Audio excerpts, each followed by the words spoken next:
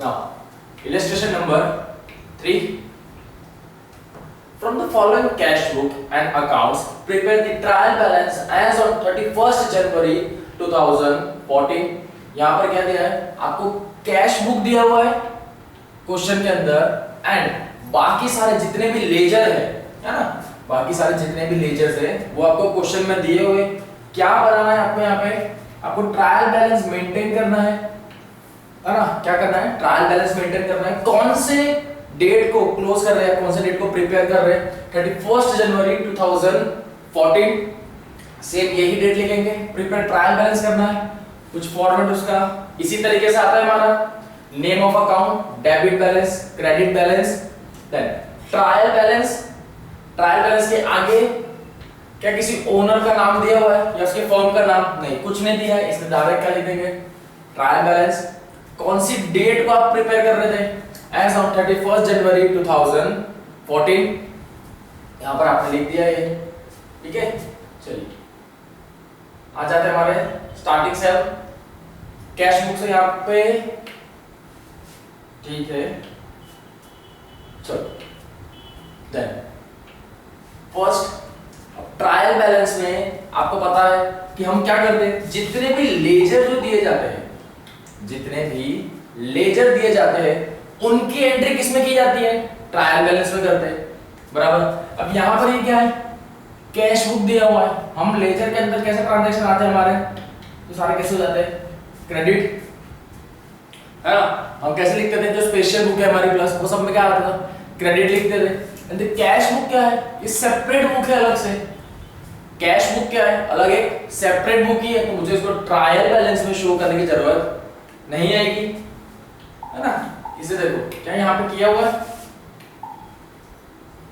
देखो किया है, सीधी सी बात है। लेकिन बिजनेस में कैसा होता है?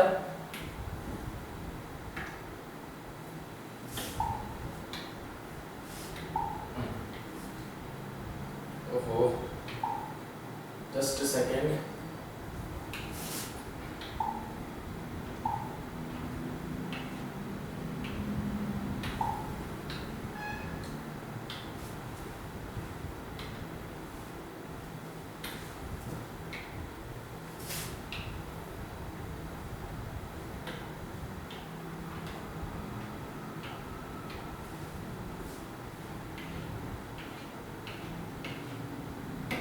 ये था हमारा,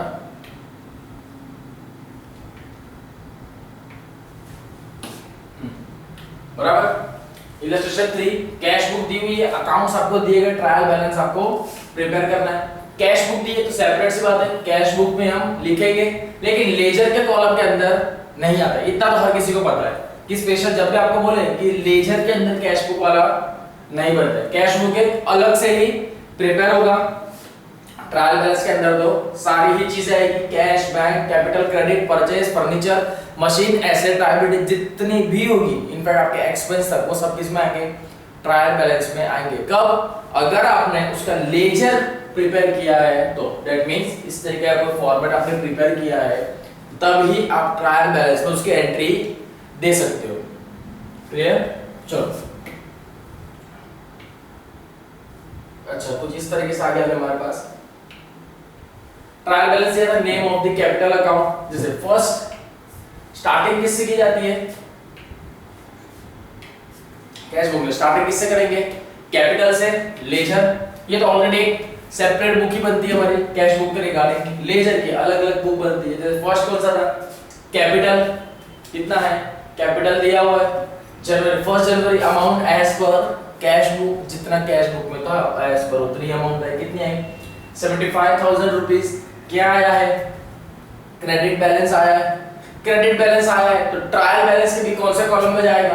क्रेडिट कॉलम में ही जाएगा। कैपिटल अकाउंट, क्रेडिट बैलेंस कितना आया? 75,000। देन नेक्स्ट सेल्स अकाउंट कितना था? 10th January. Amount as per cash book 25,000 rupees. In short आप यहाँ पर देखो, और सारे ट्रांजैक्शन जो है वो कैसे थे आपके? यहाँ पे कैश ट्रांजैक्शन थे, जिसकी इफेक्ट यहाँ पर डेबिट आई है तो दूसरे के अंदर क्रेडिट जाएगी। सेम कैपिटल था आपका किसके अंदर? कैश के अंदर कैपिटल डेबिट था, तो कैपिटल का जब लेजर बनाया उसमें क्रेडिट कर दिया किसको, कैश बुक को, बराबर। ये चीज सेम चलती आएगी। इन शॉर्ट यहाँ पर आपको थोड़े कैश ट्रांजैक्शन भी दिए हुए, जब भी तो एक कैश का फॉर्मेट दिया हुआ है, बराबर। चलो आ जाओ यहाँ पे 10 जनवरी amount as per cash book कितनी थी, 25,000 रुपीज। टोटल सेल्स की अमाउंट बता दी थी कि कैश कितना सेल्स का हुआ था, है ना, कैश सेल हमारा कितना हुआ 25,000 रुपीज। क्रेडिट साइड बैलेंस ज्यादा है तो कहां पर आएगा, क्रेडिट बैलेंस में आएगा। Sales 25,000 credit side. देन आ जाओ परचेज पे, नेक्स्ट कौन सा है, purchase account. Amount as per cash book, cash book में कितनी अमाउंट थी, देखो यहाँ पे परचेज डेबिट में क्या है, कैश, डेबिट में क्या है, कैश। तो कैश बुक के अंदर परचेज को मैंने क्या किया होगा, यहाँ पर डेबिट है तो वहां पर क्या हो गया होगा, क्रेडिट। क्या हुआ होगा, क्रेडिट। डेबिट क्रेडिट का कॉन्सेप्ट हमको पता ही है पहले से। परचेज फर्नीचर कितना था 25,000, क्रेडिट साइड पे आया है ना। सेम यही चीज चलती रहती है, डेबिट एंड क्रेडिट, बराबर। कितनी आई 25,000 rupees.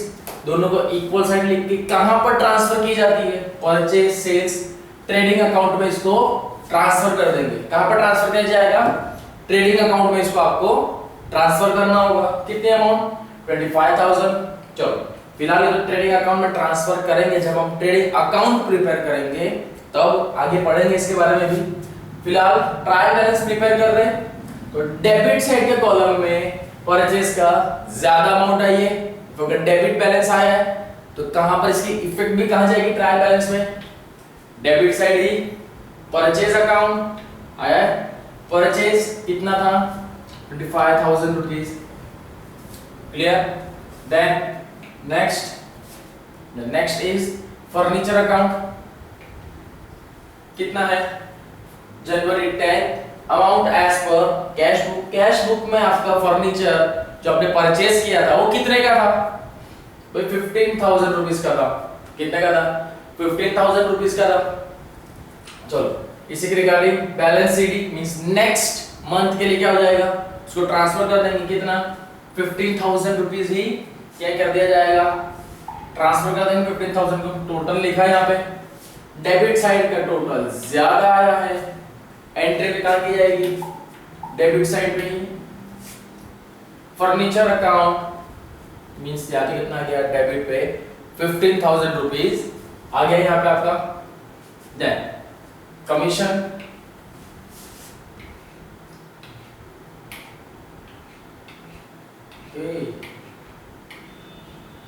Just a second.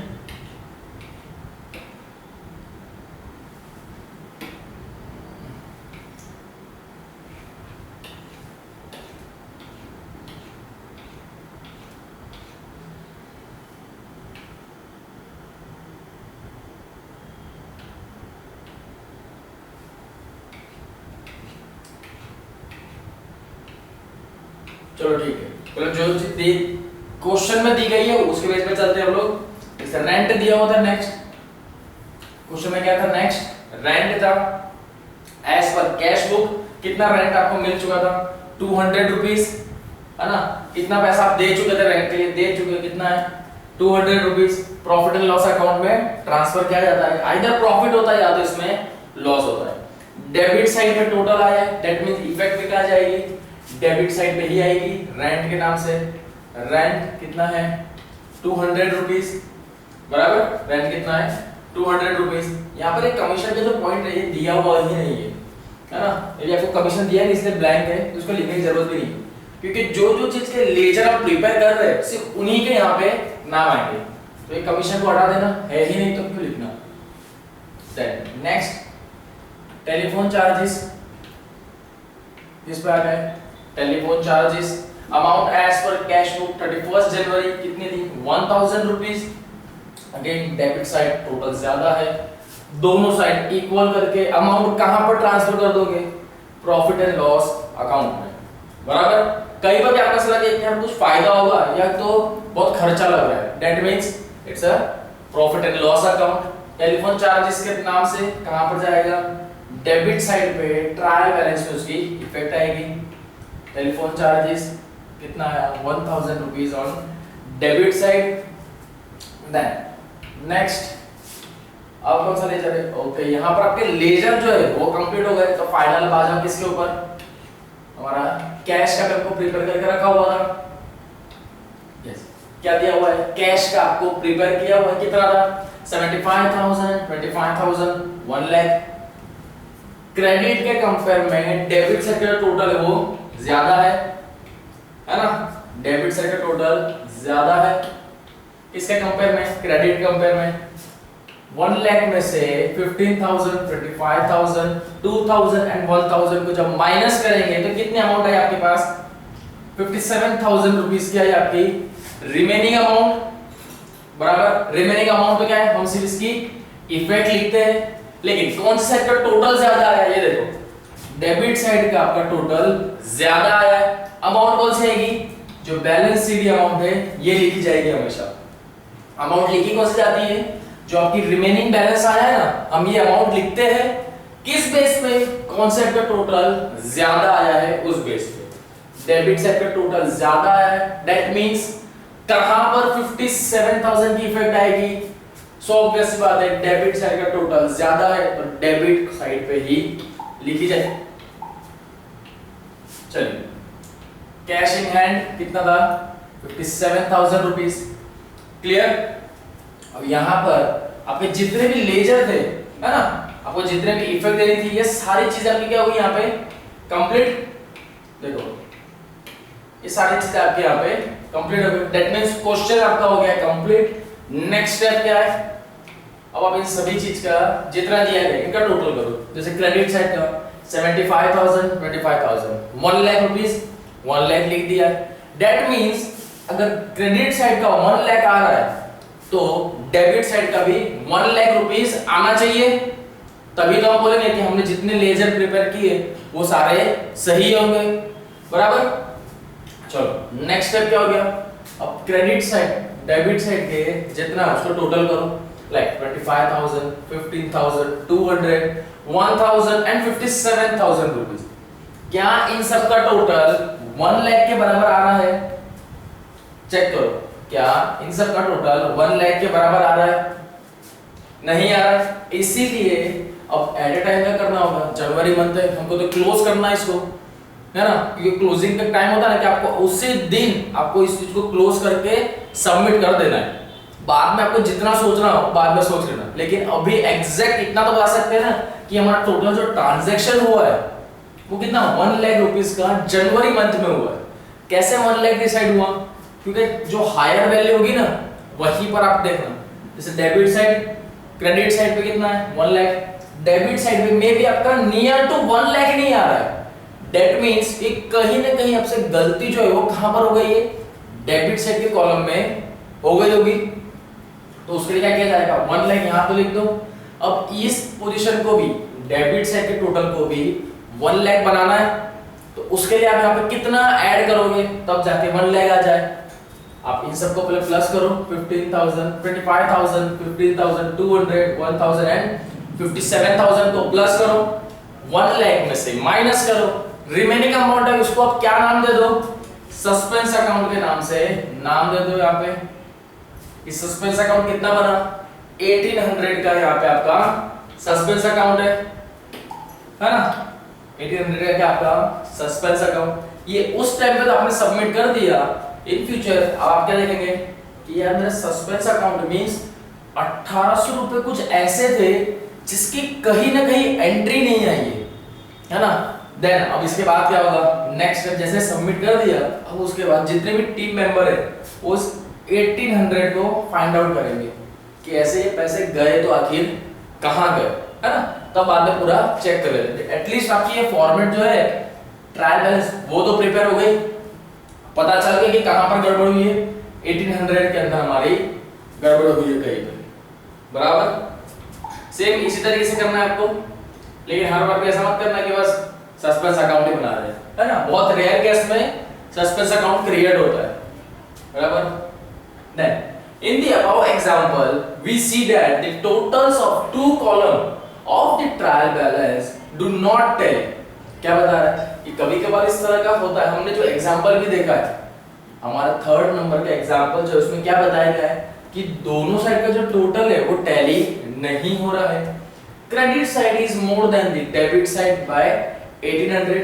Credit side का जो टोटल है वो डेबिट साइड के कंपेयर में कितना ज्यादा है? 1800 ज्यादा है। कौन? क्रेडिट साइड वाला। It is to make the two columns of the trial balance equal. Suspense account is written in the column against it. Return the amount of 1800 in the debit column.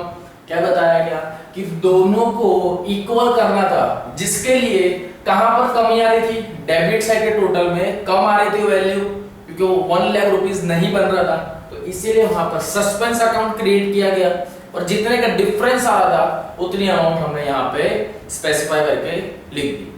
बराबर, ये चीज लिख लेना आप लोग, otherwise यार टिक कर लो। ये दिया गया आपको, स्टेटमेंट लिखने की जरूरत नहीं है कि dash column is to make the two column of trial balance equal is suspense account. कौन सा अकाउंट जो होता है जो दोनों को इक्वल करने में हेल्प कर देता है? इफ अगर जब आपका टैली नहीं हो रहा, नॉट टैली बोला हुआ है ना, अगर वो आपका टैली नहीं हो रहा हो तब ऐसा कौन सा अकाउंट है जो आपको टैली करने में हेल्प करेगा?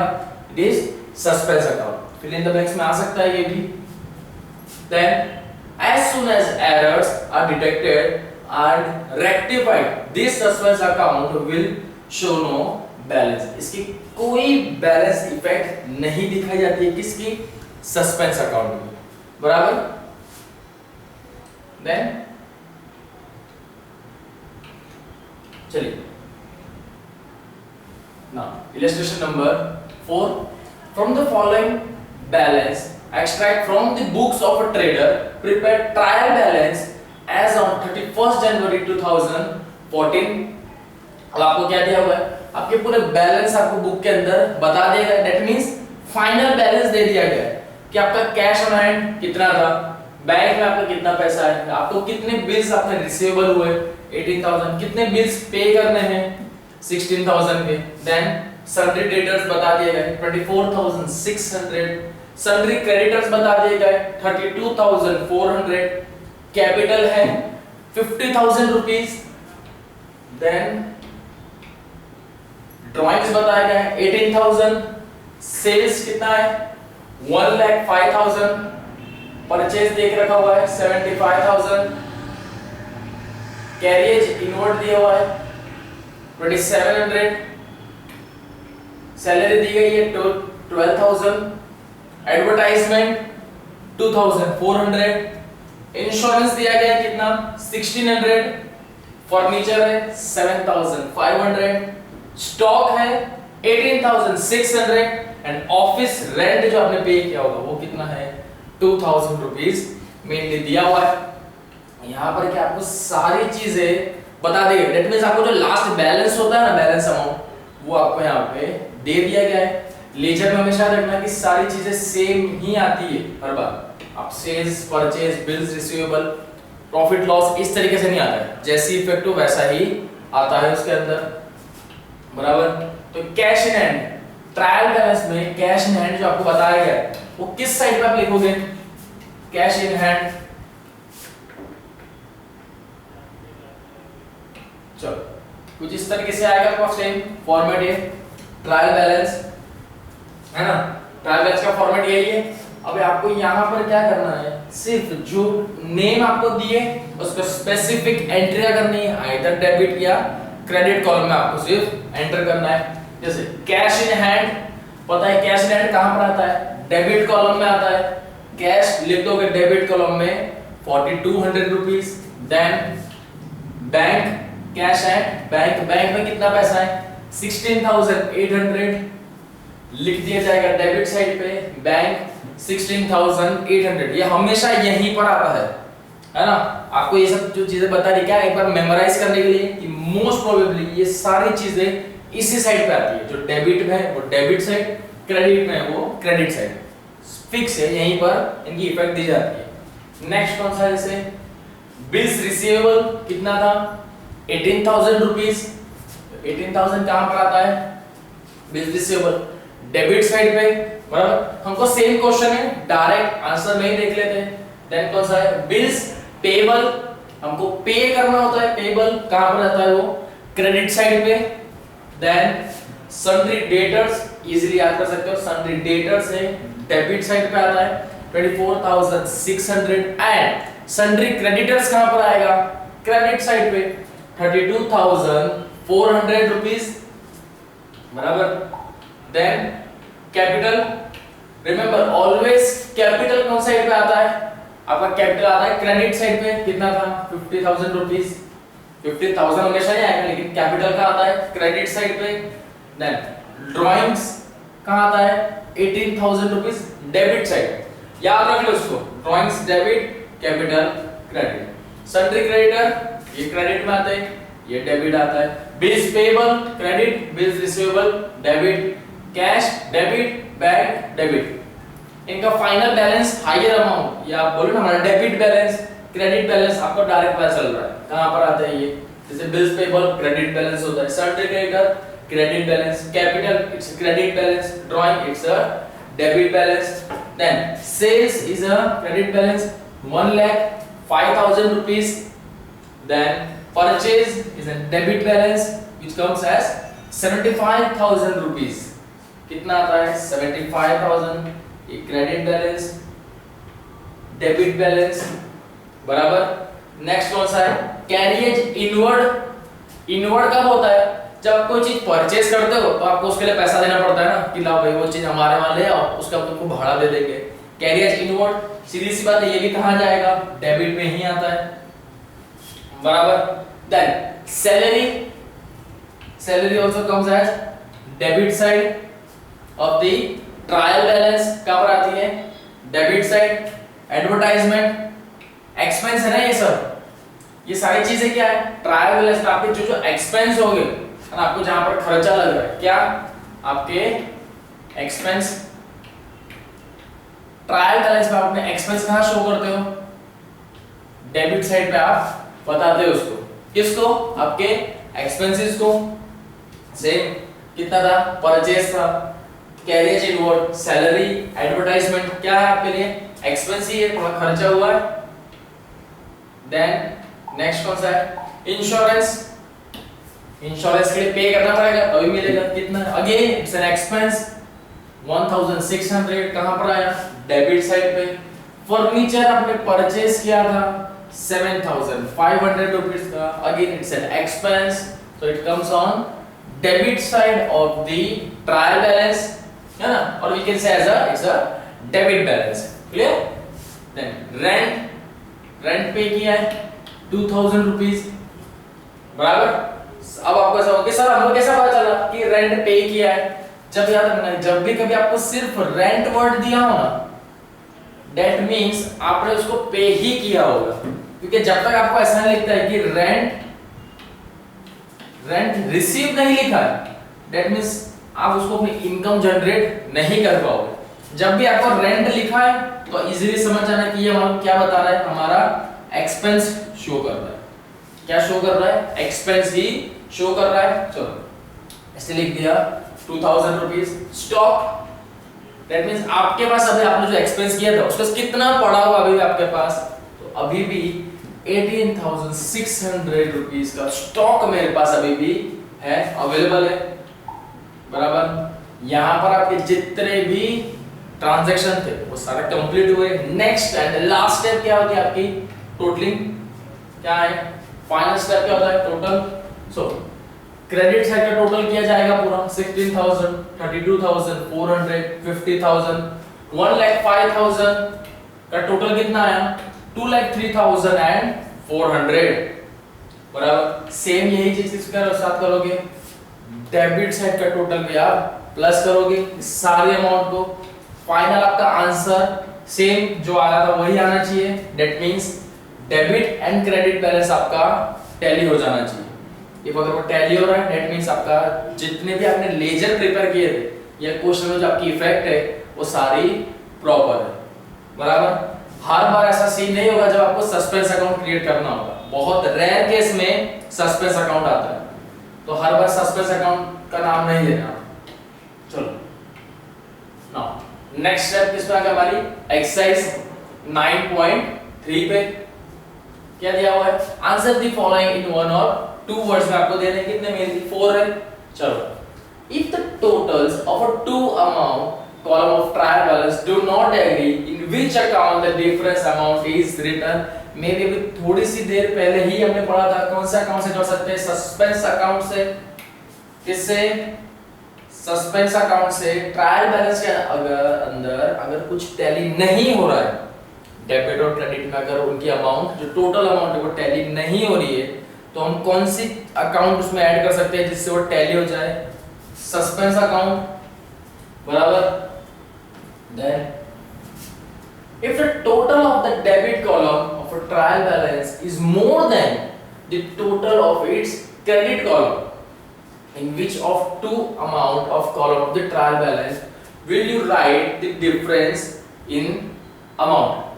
सीधी सी बात है, क्या बताया जा रहा है, अगर आपका या फिर ट्रायल बैलेंस प्रिपेयर किया है ना, ये डेबिट है ये क्रेडिट है, अगर आपका डेबिट साइड का टोटल ज्यादा आ रहा है किसके कंपेयर में, क्रेडिट के कंपेयर में, है ना, क्रेडिट के कंपेयर में डेबिट का टोटल ज्यादा है, सीधी बात है, और वो क्या टैली भी नहीं हो रहा है, तो आप क्या करोगे, उस जगह पर सस्पेंस अकाउंट क्रिएट करोगे, है ना, क्या करोगे, सस्पेंस अकाउंट क्रिएट किया जाएगा। कहां पर लिखोगे, जहां पर वैल्यू कम आ रही है, तो कहां पर वैल्यू कम आ रही है, क्रेडिट साइड पे, हम कहां लिखेंगे इसे भी, क्रेडिट साइड पे हम सस्पेंस अकाउंट क्रिएट करेंगे, तो कहां पर आएगी इसकी इफेक्ट, क्रेडिट साइड पे, कहां पर आएगी, क्रेडिट साइड पे आएगी, बराबर। Then if the total of the purchase book is posted to purchase account wrongly, will the trial balance still agree? No, क्या बोल रहे हैं, if the total of purchase book is posted to purchase account, that means आपने जो purchase book आपने जो prepare किया हुआ उसको वापस हमने पोस्ट किस में कर दिया, परचेस अकाउंट में कर दिया गलती से, will the trial balance still agree, क्या ट्रायल बैलेंस में वो चलेगा कि हाँ चलेगा, दो और इफेक्ट आ गए, बिल्कुल भी नहीं चलेगा, क्योंकि आप एक ही चीज की दो दो इफेक्ट दे रहे हो, है ना, मींस लाए एक चीज दिखा रहे हो कि मैं दो चीज लेके आया, तो ऐसे में तो कितना ही गड़बड़ हो जाएगी, बराबर। तो ऐसी चीजें ट्रायल बैलेंस में नहीं दिखाई जाती, क्या आएगा answer, no. Then, when the accounting errors or error are rectified, what happens to the suspense account? अब यहाँ पर आपको कौन सा सिनेरियो बता दिया गया है, जब हम ट्रायल बैलेंस प्रिपेयर करते थे तब अगर हमारा कुछ टैली नहीं होता था, ट्रायल बैलेंस में टैली नहीं होता था, तब हम सस्पेंस अकाउंट क्रिएट करते थे, और जहां पर भी वो वैल्यू नहीं आ रही उतनी वैल्यू वहां पे अज्यूम करके लिख दी जाती थी ताकि टोटल इक्वल हो जाए। उसके बाद क्या, जब हमारा जो एरर है वो रेक्टिफाई हो गई, मींस हाँ हमें पता चल गया कि अच्छा यहाँ पर ये इफेक्ट थी जो मैं लिखने ही रह गया, बराबर। अब जब वैसा हो जाए तब आप क्या करोगे, जब हम उसकी एक और इफेक्ट देंगे, सस्पेंस अकाउंट डिसअपीयर, क्या लोगे, सस्पेंड अकाउंट डिसअपीयर, मींस जो सस्पेंस अकाउंट हमने बनाया था वो अब क्या हो गया, डिसअपीयर कर दिया, बराबर। ये वाला सेंटेंस याद रखना, मोस्ट प्रोबेबली ज्यादातर पूछा जा सकता है सस्पेंस अकाउंट वाला, देन यही सारा है, बराबर। चलो, देन व्हाट यू लर्न, ये सारी चीजें हम पढ़ चुके थे, क्या क्या चीजें हमने पढ़ी इसके अंदर। Trial balance is a statement containing balance of all ledger accounts of a business concern on a particular date. Trial balance is prepared to check the arithmetical accuracy, ये अगर क्वेश्चन आपको आ सकता है, किस तरह की accuracy, arithmetical accuracy of the ledger posting. It helps in preparing financial statements, it helps in which statement, it helps in financial statement, it helps in locating accounting errors, it helps in locating dash errors, it's an accounting error। जितने underline कर रहा हूं समझ जाओ कि इतने में से आपको एमसीक्यूज आ सकते हैं, आपके fill in the blanks बन जाएंगे। it helps in dash as it enables comparison, it helps in management, enables comparison of accounting balance of different periods and helps in making adjustment while preparing financial statement. Then the total of two column of a trial balance should be equal because of each transaction there is debit and credit for the same amount. कब होगा, कब आप बोल सकते हैं कि दोनों चीजें टैली हो रही है, इक्वल आ रही है? कब? जब डेबिट और क्रेडिट साइड की जो अमाउंट है वो सेम आ रही है, तब हम बोल सकते हैं कि हाँ हमारे जो ट्रायल बैलेंस है वो कैसा आ रहा है, इक्वल आ रहा है. If the total of two column of trial balance tally, it means the ledger posting has been done correctly. बराबर. If the total of two column of trial balance do not agree, it means there is some mistake in the ledger posting. बराबर. सीधी सी बात है, अगर वो दोनों tally नहीं हो रहे, that means आपने कहीं ना कहीं लेजर के अंदर मिस्टेक करी होगी या कुछ चीज ऐसी जो रह गई होगी, उसी की वजह से आपका ट्रायल बैलेंस टैली नहीं हो रहा है. Then if the total of two column of a trial balance do not agree, the amount of difference is to put suspense account and the total of trial balance equal. है ना? One of the most important sentence कि किस चीज से आप उसका जो trial balance का इक्वल है अगर नहीं हो रहा है तो आप कैसे इक्वल करोगे? आप सस्पेंस अकाउंट वहां पर क्रिएट करते हो और दोनों जो ट्रायल बैलेंस में डेबिट क्रेडिट किया जाता है इक्वल कर दिया जाता है. बराबर. नेक्स्ट क्या आपको आपकी टर्मिनल एक्सरसाइज दी गई है. बराबर. क्या आपको आपकी terminal exercise state the meaning of trial balance दिया हुआ है. Explain brief objectives of preparing trial balance. Then trial balance are equal or agreement of trial balance is not conclusive proof. बराबर. What is suspense account? Explain the steps that are taken to prepare a trial balance. हमने इसके steps पढ़े हुए थे कि trial balance आप किस तरीके से prepare करेंगे, क्या क्या चीजें आपको आएगी. Mainly कितने कॉलम होते हैं ट्रायल बैलेंस में? 3 कॉलम होते हैं. Name of the account, debit balance and the credit side, और we can say as a credit balance. 3 column prepare होती है ना, बताया गया था. Then example number question number 8 31 दिसंबर 2014 का दिया हुआ है. मल्टीप्लाइंग एंटरप्राइजेस के नाम से हेडिंग दी गई है. डेट मींस आप टाइटल पे देंगे trial balance of multiplying enterprises as ended on 31 दिसंबर 2014. बराबर. यही सारी चीज आपको दी गई है. सेम यहाँ पे भी ट्रायल बैलेंस प्रिपेयर किया है, डेट दी गई है तो यही डेट लिख देना. बराबर. ये हमने जो भी लास्ट वाला फाइंड किया था सेम वैसा ही है, इलस्ट्रेशन 4 जैसा ही है. बराबर. बिल्डिंग है, डेट मींस आपका खर्चा हुआ है. बराबर. बिल्डिंग पे आपका खर्चा कितना हुआ था? 27,000 rupees. Again it comes and on debit balance में आएगा, है ना. ये क्या दिया हुआ है? सेम आपको ये बताना ट्रायल बैलेंस बनाना है. Cash on account. Prepare trial balance as on 31 from the following balance बनाना. इन लोगों ने आपको सारी चीज प्रिपेयर करके ही दे दी गई है. यहाँ पर आपको क्या करना है, इनका टोटल निकाल के एक बार चेक करो कि कहाँ पर मिस्टेक हो रही है. बराबर. क्योंकि सस्पेंस अकाउंट पे आपको दे दिया गया है तो इसको एक बार चेक करना किस तरीके से होगा. क्लियर. तो यहाँ पर आपका चैप्टर नंबर 9 ट्रायल बैलेंस में यहाँ पे आपका कंप्लीट होता है ना. Chapter number 10 bank reconciliation statement. अब इस चैप्टर के अंदर हम क्या पढ़ेंगे कि बैंक के थ्रू हमारे जो ट्रांजैक्शन होते हैं, है ना, हम क्या करते हैं, हमारे पैसे जो भी है बैंक में डिपॉजिट कर देते हैं. देन बैंक भी तो उसको किसी तरह से मेंटेन करती होगी, प्लस हम लोग भी एक बैंक के नाम से एक लेजर प्रिपेयर करते हैं ताकि कौन सा चेक हमारे पास आया हम वो चीज एंटर करते हैं. क्योंकि कैश हमारे पास आता है हम वो चीज तो एंटर कर देते हैं कि हमारे पास कैश आया, हम उसकी इफेक्ट दे देते हैं. लेकिन कुछ ऐसे पेमेंट होते हैं जो कैसे बैंक के थ्रू होते हैं, तो सेम इसके लिए हमें प्रिपेयर तो करना होगा.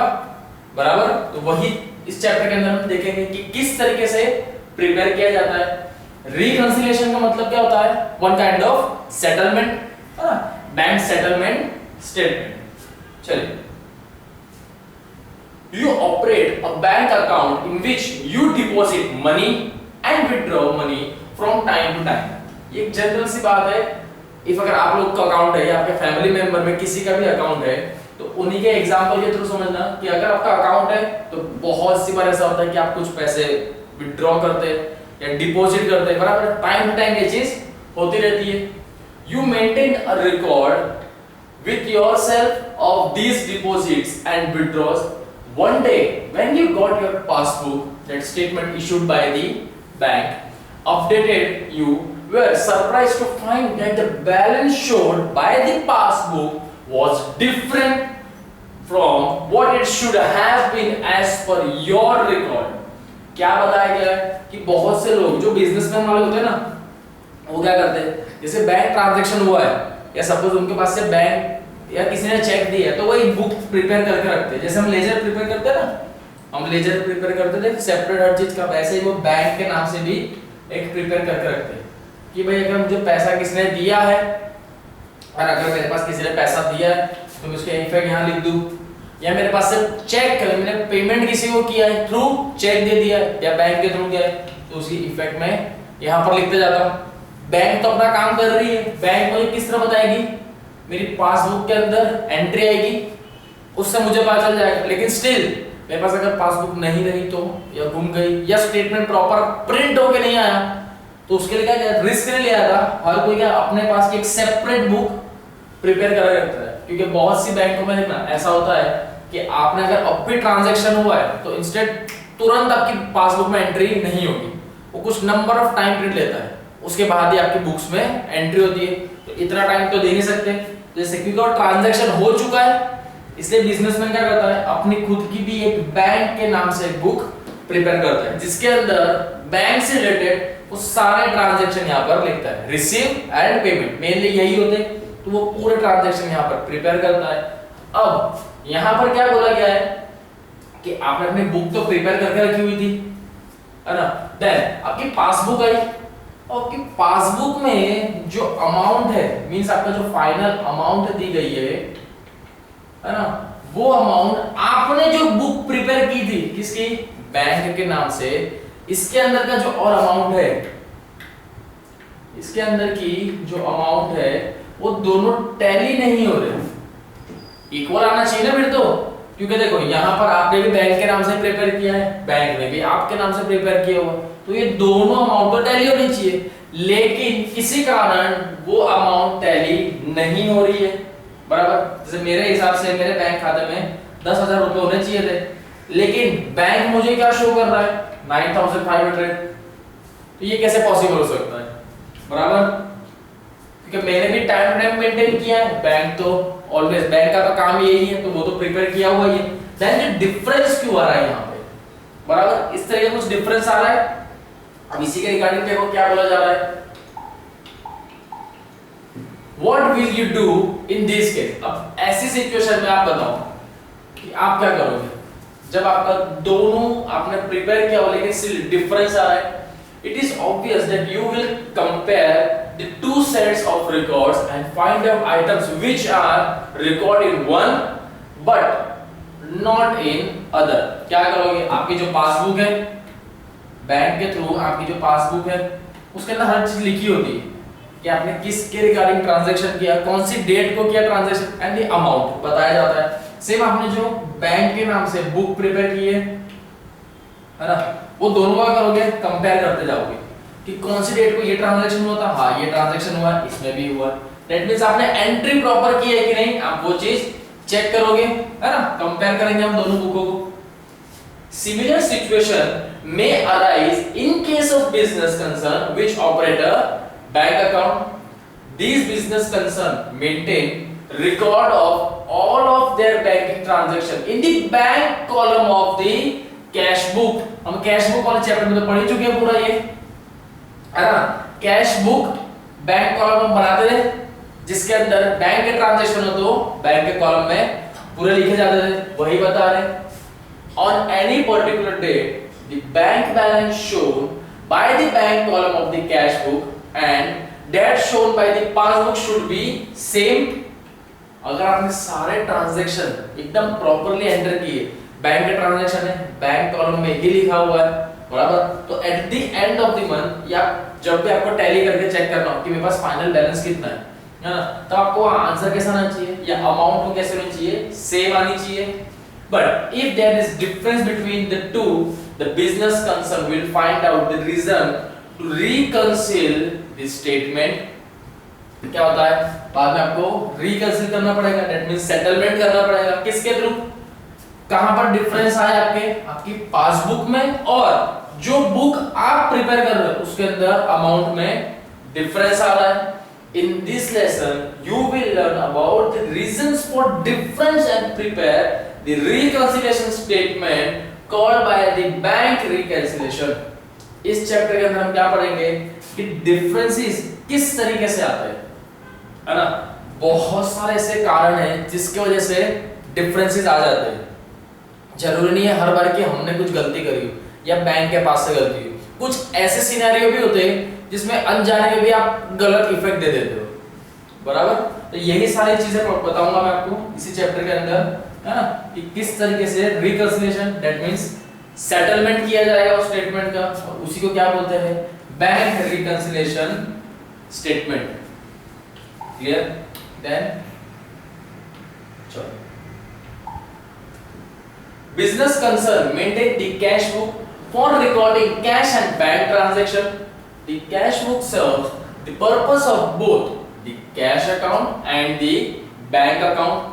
बराबर, कि तो पता ही है कि businessman bank and cash book दोनों मेंटेन करते हैं। हमने चैप्टर भी पढ़ा हुआ था बैंक कॉलम कैश बुक, बराबर, जिसके अंदर कैश बुक के अंदर ही वो एक कैश का अकाउंट और एक बैंक का अकाउंट कंपेयर करके बना देते हैं। इफ अगर किसी को हो तो अलग अलग करके भी प्रिपेयर कर सकता है, बराबर। लेकिन दोनों को साथ में बनाया जाए ना तो बहुत ही अच्छा रहता है, क्योंकि आप हर बार दो दो बुक कहां से मेंटेन करोगे, एक ही बुक तो पर डे का ट्रांजैक्शन आप लिख सकते हो। इफ अगर आप कैश बुक में देखोगे अच्छा आज का ट्रांजैक्शन इतना है, देन बैंक वाली बुक देखोगे उसका टोटल करोगे, तो नंबर ऑफ टाइम के अपने आप मेहनत ज्यादा कर रहे हो, फिर उन दोनों का टोटल करके फाइनल अमाउंट देखोगे। तो इससे अच्छा अगर वो दोनों चीज साथ में होगी तो गलती होने के चांसेस भी थोड़े कम होंगे। Now it shows the balance of both at the end of a period, at the end of month, or we can say as a जो जिस बेस पे बनाता हो वीकली, मंथली, क्वार्टरली या ईयरली, आप एट द एंड क्या उसका थोड़ा बैलेंस चेक करोगे कितना आया। Bank also maintain an accounts for each customer in its book. Bank में मेंटेन करता है कैसे, पासबुक के थ्रू। बैंक तो इलेक्ट्रॉनिक मोड है, उनके पास हर चीज के अलग अलग है, मे भी उनसे गलती बहुत ही हार्डली होती है। All deposits by customer are recorded on the credit side of her account and all withdrawals are recorded on the debit side of his account. याद रखना ये किसके रिगार्डिंग है, बैंक के रिगार्डिंग बोला जा रहा है। All deposits by the customer, बराबर, कस्टमर ने हमने कुछ बैंक में डिपॉजिट किया तो हमें क्या बताता है, वो हमारा क्रेडिट बैलेंस दिखाता है। क्या बताता है हमको, हमारा credit balance.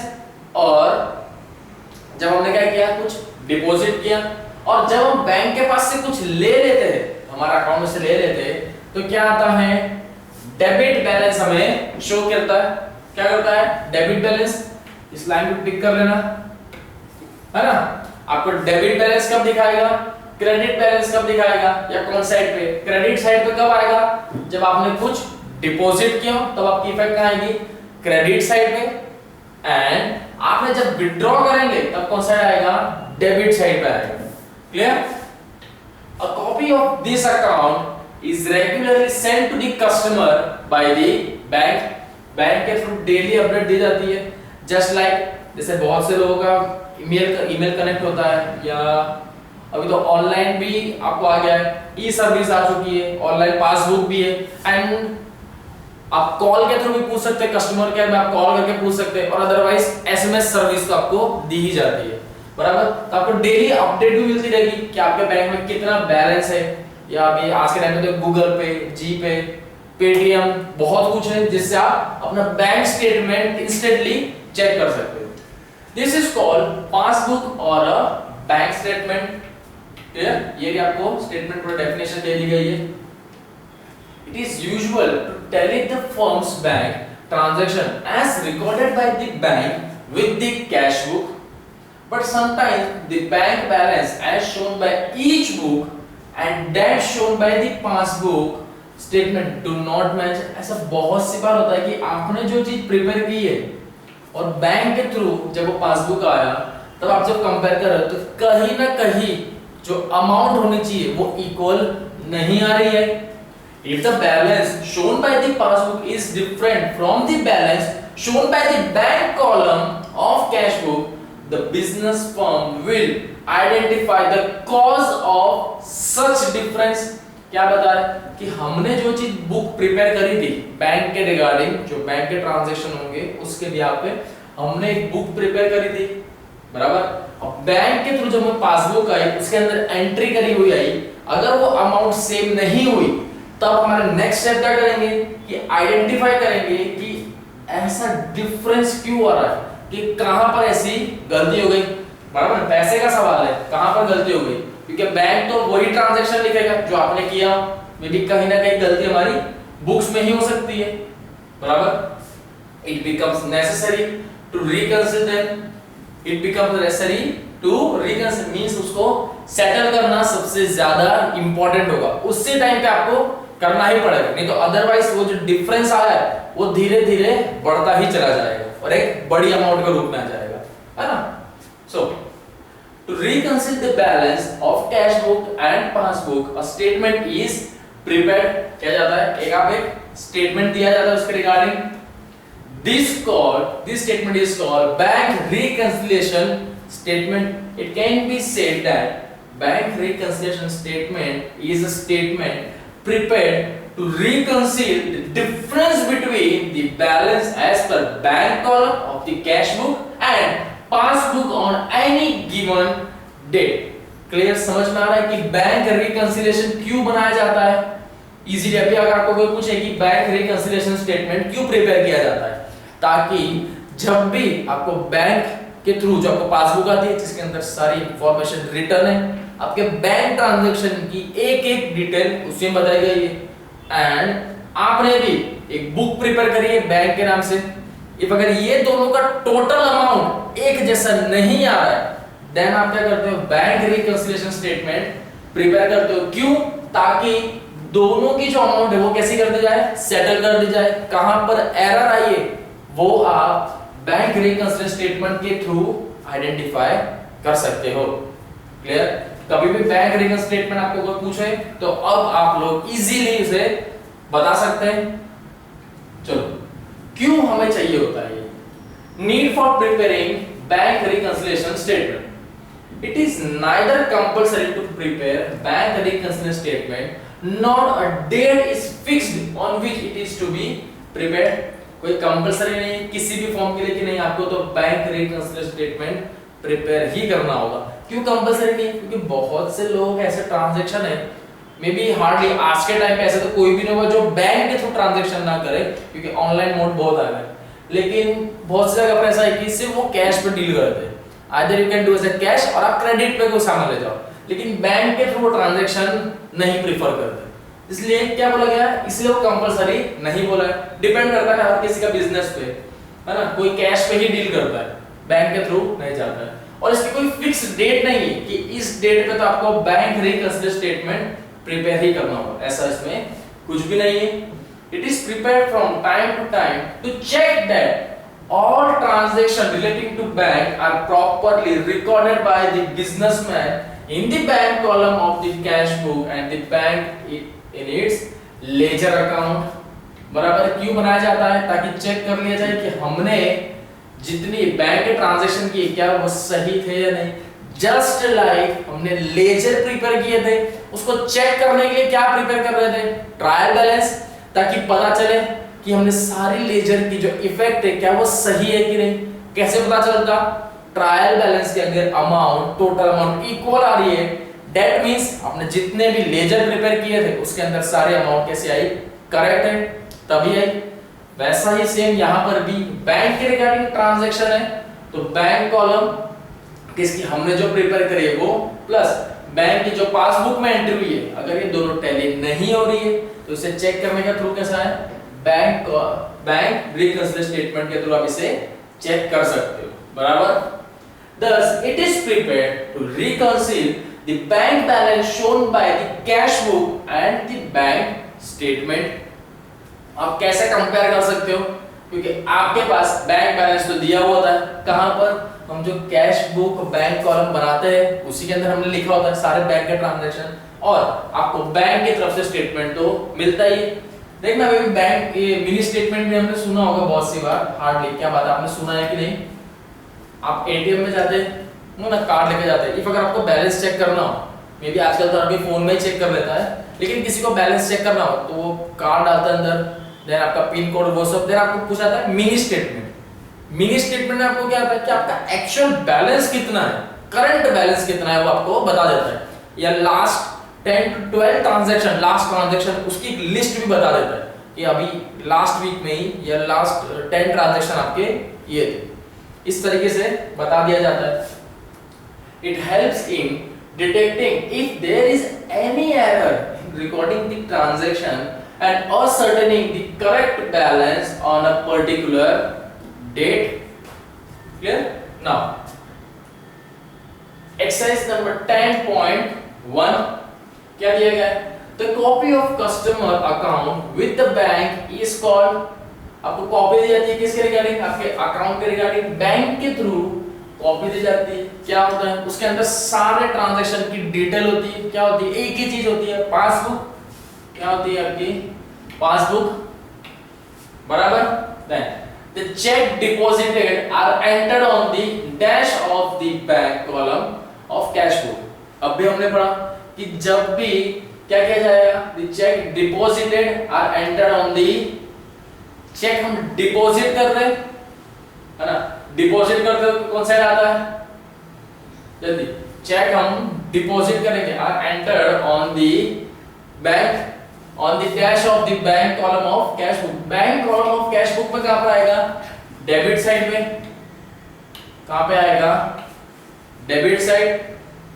Bank reconciliation statement is prepared to dash the bank balance as shown by the cash book and the bank statement is reconcile। क्या आएगा, reconcile। check issued are posted on the dash side of the bank column of cash book। यहां पर याद है तो आपको bank column cash book, that means आप जो प्रिपेयर करोगे उसके रिगार्डिंग बताया जा रहा है, तो कहां पर आएगा, आपने जो चेक इशू किया है कहां पर आता है, क्रेडिट साइड पे। कहां पर आता है ये चीज, क्रेडिट साइड पर आती है। Next, the credit column of passbook should be equal to dash column of cash book and debit column of passbook should be equal to dash column of cash book if there is no difference. कहां पर आएगा, अगर आपका credit का column किसका, passbook का है, तो वो किससे इक्वल होना चाहिए, आपके डेबिट के कैश बुक से। याद रखना हर बार बताया गया है कि एक साइड डेबिट तो एक साइड क्रेडिट ही आएगा, कभी डेबिट डेबिट या क्रेडिट क्रेडिट नहीं आता है। डेबिट है तो क्रेडिट, क्रेडिट है तो डेबिट, फिक्स यही होता है। अगर ये क्रेडिट कॉलम किसमें, पासबुक में है, तो हम जो बुक प्रिपेयर करते हैं कैश बुक के अंदर, बैंक के जो ट्रांजैक्शन है बैंक कॉलम, उसमें कहां पर आएगा, क्रेडिट है तो डेबिट साइड, इधर डेबिट कॉलम में तो यहां कौन सा आएगा, क्रेडिट साइड। क्लियर, क्रेडिट है तो डेबिट और डेबिट है तो क्रेडिट साइड पे से आया जाता है। Clear now